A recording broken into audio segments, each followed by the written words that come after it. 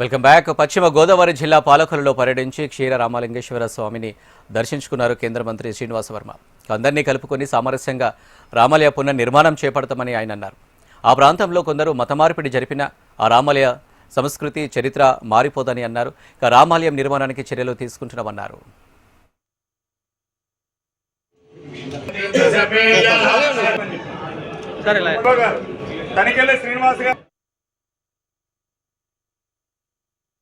మా స్టాండే ఆకివీళ్ళలో అది పెద్ద సమస్య కాదు. అసలు కొత్త ప్రాంతంలో రామాలయం కట్టుతామని చెప్పట్లే.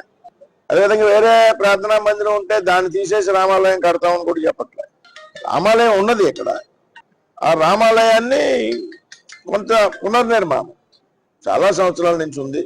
దాన్ని కొంత పునర్నిర్మాణం చేయాలనే ఆలోచనలో భాగంగా స్థానికంగా కొన్ని ఇబ్బందులు అనుకోకుండా చిన్న ఘర్షణ జరగడం జరిగింది అనేటువంటి ఆలోచన నాది.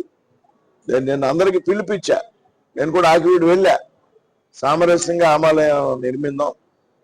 కొంతమంది మత మార్పిడి చేసుకున్నటువంటి అప్పటికీ కూడా ఆ ప్రాంతంలో ఇది మత మార్పిడి చేసుకున్నా కానీ అక్కడ ఉన్న యొక్క దేవాలయం యొక్క ప్రత్యేకత పోదు. అది రామాలయం కానివ్వండి, శివాలయం కానివ్వండి, మరి ఏదైనా దేవాలయం కానివ్వండి, దాని చరిత్ర దాని సంస్కృతి మారవు. కాబట్టి మీరందరూ కూడా దేవాలయ పునర్నిర్మాణాన్ని సహకరించాలని చెప్పడం, అందులో చాలా మంది నాతో కూడా మాట్లాడారు. మేము చాలా సానుకూలంగా ఉన్నామండి రామాలయం నిర్మాణానికి అనేటువంటి విషయాలు కొంతమంది పెద్దలు మాట్లాడారు.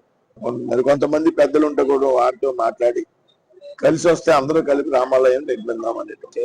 ఒకవేళ రాకపోతే రామాలయాన్ని విశ్వ హిందూ పరిషత్ ఆధ్వర్యంలో రామాలయం నిర్మించేటువంటి బాధ్యత విశ్వ హిందూ పరిషత్ మీ అందరికి కూడా తెలుసు.